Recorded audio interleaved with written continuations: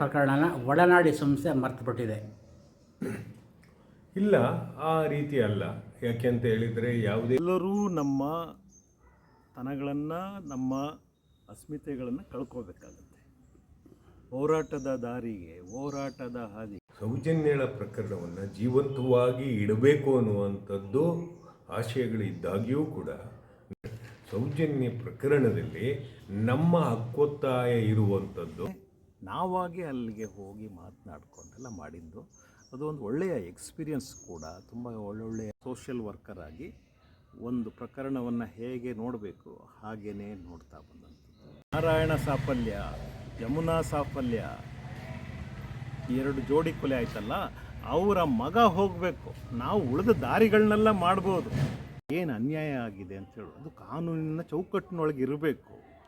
ಅಂಥದ್ದನ್ನು ಕೇಳಲಿಕ್ಕೆ ಸಂತ್ರಸ್ತರು ನಿಂತ್ಕೊಳ್ಳಲಿಲ್ಲ. ಆ ಏರಿಯಾದಲ್ಲಿ ವಾಸ ಮಾಡಬೇಕಾಗತ್ತೆ. ನಾವೇನೋ ಸುಲಭವಾಗಿ ಹೇಳ್ಬಿಡ್ತೀವಿ ಮೈಸೂರಿನವರು, ಬೆಳ್ತಂಗಡಿಯಲ್ಲಿ ಇರಬೇಕಲ್ಲ, ನಮ್ಮದೇನೋ ಇದೆ ಅಂತ ಜನ ಅರ್ಥ ಮಾಡ್ಕೊಳ್ತಾ ಹೋಗ್ಬೋದು. ಇವ್ರಿಗೇನೋ ನಡಿಬೇಕಾಗಿದೆ, ಹಂಗಾಗಿ ಕಾಣದ ಕೈಗಳ ಕೈವಾಡ ಇದೆ ಅನ್ನೋ ಅನುಮಾನ ನಿಮ್ಗೇನಾದ್ರು ಇದೆಯಾ? ಇಷ್ಟೇ ಅನ್ನುವಂಥದ್ದು ಕಾಡ್ತಾ ಇದ್ದರೆ ಈ ಕೆಲಸನೇ ಮಾಡೋಕ್ಕಾಗಲ್ಲ. ಅವ್ರಿಗೂ ಒಂದು ತಲೆ ಒಳಗಡೆ ಇವ್ರು ಯಾಕೆ ಇಷ್ಟೊಂದು ತಲೆ ನಮ್ಮ ಮುಂದೆ ಬಿದ್ದಿದ್ದಾರೆ ಅಂತ ಅನ್ಸ್ಕೊಂಬಿಟ್ರೆ ಅಸಹ್ಯಕರವಾದಂಥ ನಡವಳಿಕೆ ಇದೊಂದು ಏನಂತ ತೋರಿಸುತ್ತೆ. ಅಸಹ್ಯಕರವಾದಂಥ ನಡವಳಿಕೆ. ಇಂಥದೇ ಬಲಿಷ್ಠ ವ್ಯಕ್ತಿ ಆಗಿರಲಿ, ಅದ್ಯಾರೇ ಆಗಿರಲಿ, ಸತ್ಯ ಹೊರಬರಲಿ ಎನ್ನುವ ಒಂದು ಪ್ರಕ್ರಿಯೆಗೆ ಚಾಲನೆ ಕೊಡಬೇಕೆ ಹೊರತು ಸೂರ್ಯಚಂದ್ರರನ್ನು ಹಿಡಿದು ಕಬ್ಬಿಣದ ಪೆಟ್ಟಿಗೆಯಲ್ಲಿ ಕೂಡಿಟ್ಟರೋ ಅಂತ ಆ ರೀತಿ ಬಾಯಿ ಮುಚ್ಚು ಅಂತ ಹೇಳಿದ ಮೇಲೂ ಕೂಡ ಕೈ ಕಟ್ಟಿ ಬಾಯಿ ಮುಚ್ಚು ಅಂತ ಹೆಡ್ಮೇಸ್ಟ್ರ್ ಥರ ನಾವು ಕೈ ಕಟ್ಟಿ ಬಾಯಿ ಮುಚ್ಕೊಳ್ಳೇಬೇಕಲ್ವಾ? ಮಾತನ್ನು ನಾವು ಮೀರಲಾರೆವು. ಆ ಕಾರಣದಿಂದ ನೀವು ಹೇಳೋ ಪ್ರಕಾರ ಸೌಜನ್ಯ ಮಾತು ಮೌನದಲ್ಲೇ ಕ್ರಾಂತಿ ಇರ್ತದಲ್ವ. ಹಾಗಾಗಿ ಸೌಜನ್ಯ ಪ್ರಕರಣವನ್ನು ಎತ್ತ ಸಾಗಿಸ್ಕೊಂಡು ಹೋಗ್ತಾ ಇದ್ದಾರೆ ಮೌನ ಕ್ರಾಂತಿಯ ಮೂಲಕ. ಆದರೆ ಹಾಗಾದಾಗ ನಾವು ಮಾತನಾಡದೆ ಕ್ರಾಂತಿ ಮಾಡುವಂಥದ್ದು ಆಗೋಗಿದೆ.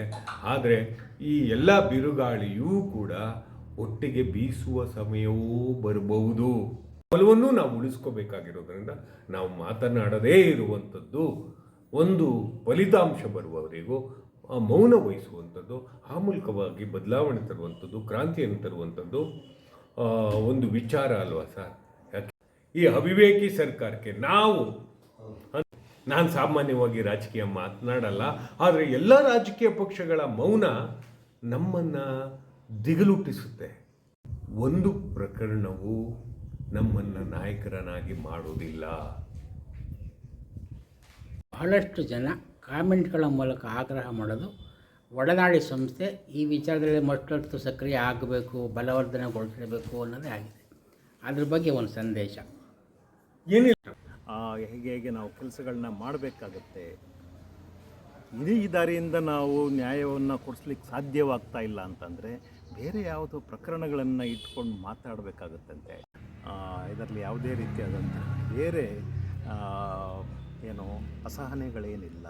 ಅಥವಾ ಒಡನಾಡಿ ಸ್ಟ್ಯಾನ್ಲಿ ಹೋಗಿ ನಿಂತ್ಕೊಂಡ್ರೆ ಸಿಗಲ್ಲ, ಒಡನಾಡಿ ಪರಶುರಾಮ ಹೋಗಿ ನಿಂತ್ಕೊಂಡ್ರೆ ಸಿಗಲ್ಲ. ಯಾರು ಏನೂ ಮಾಡಲ್ಲ.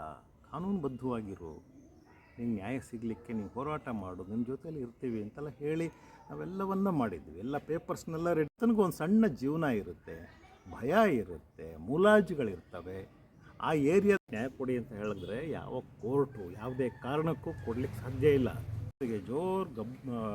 ದೊಡ್ಡ ಗಲಾಟೆಗಳು ಮಾಡಿ ಯಾರ್ಯಾರನ್ನೋ ನೇಣು ಹಾಕಿಸ್ಬಿಡ್ತಿದ್ರಲ್ವ, ಅದನ್ನು ನಾನು ರೆಸ್ಪೆಕ್ಟ್ಫುಲ್ಲಾಗಿ ನೋಡಬೇಕಾಗತ್ತೆ.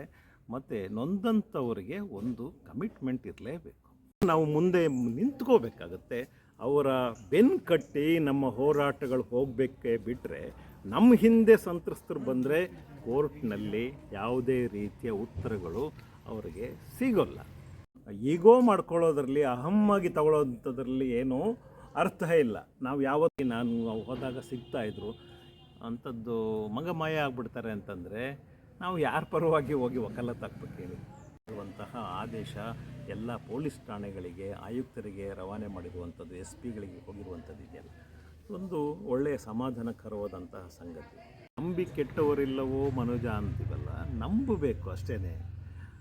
ನಂಬಿಕೆನೇ ಇಲ್ಲ ಅಂತಂದರೆ ನಾವು ಹೇಗೆ ಸಂಬಂಧವನ್ನು ಬೆಸೆಯೋದು?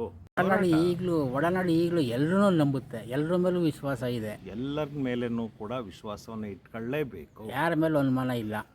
ಇಲ್ಲ, ನಮಗೆ ಹಿತಾಸಕ್ತಿಗಳೇ ಇಲ್ಲ ಅಂತಂದಾಗ ತಪ್ಪದು. ಬೇರೆ ದಾರಿಲಿ ಹೋದರೆ ಅದಕ್ಕೆ ಬೇರೆ ಅರ್ಥಗಳು ಬರ್ತವೆ. ಧುಮುಕದವರು ಇಲ್ಲಿಂದ ನಾನು ಪಡಿಬೇಕಾದಂಥದ್ದು ಏನೂ ಇಲ್ಲ, ಪಡೆದ್ರೆ ನಾನಂತ ಕೆಟ್ಟವನಾಗಿರ್ತೇನೆ. ನಾವು ಇದುವರೆಗೂ ಈ ಒಂದು ಹೋರಾಟದಲ್ಲಿ ಬೇರೆ ಯಾರಿಂದಲೂ ಹಣವನ್ನು ಪಡೆಯುವಂಥದ್ದಾಗಲಿ, ಅದು ಸರ್ಕಾರ ಆಗ್ಬೋದು, ಸರ್ಕಾರೇತರ ಸಂಸ್ಥೆಗಳಾಗ್ಬೋದು. ಜನ ಹೇಳ್ತಾರಲ್ಲ ಏನೋ ಫಾರಿನ್ ಫಂಡು ಅವು ಇವು ಅಂತ, ಅವುಗಳನ್ನ ಯಾವುದನ್ನು ಕೂಡ ಇಲ್ಲಿ ಗಳಿಸುವಂಥದ್ದಿಲ್ಲ. ತಡೆ ಬಂದಿರೋದ್ರಿಂದ ನಾವು ಮಾತನಾಡುತ್ತಿಲ್ಲ. ನ್ಯಾಯ ಕೊಡಬೇಕು ಅನ್ನುವಂಥದ್ದು ಸರ್ಕಾರದ ನ್ಯಾಯಪರತೆಯ ತಾಯಿ ಅಂತಃಕರಣವನ್ನು ಎತ್ತಿಡಬೇಕಾದದ್ದು ಸರ್ಕಾರದ ಆದ್ಯ ಕರ್ತವ್ಯ. ಮೌನವಾಗಿದೆ ಅಂತ ಅನ್ನುವಂಥ ಭಾವನೆಯಲ್ಲಿ ನೀವಿರಬಾರ್ದು. ಅದ್ರ ಬದಲು ಟೆಕ್ನಿಕಲ್ ಆಗಿ ಇವ್ಯಾಲ್ಯೂಯೇಷನ್ ಮಾಡಲಿಕ್ಕೆ, ಎಲ್ಲಕ್ಕಿಂತ ಹೆಚ್ಚಾಗಿ ಮರಗಲಿಕ್ಕೆ ಈ ಸೌಜನ್ಯಗಳ ಪ್ರಕರಣ ಎಲ್ಲೂ ಮರ್ತಿಲ್ಲ ಸರ್, ಮರೆಯೋದೂ ಇಲ್ಲ ಸರ್. ಯಾಕೆಂದರೆ ಸೌಜನ್ಯ ನಮ್ಮ ಮನೆಯ ಮಗಳು.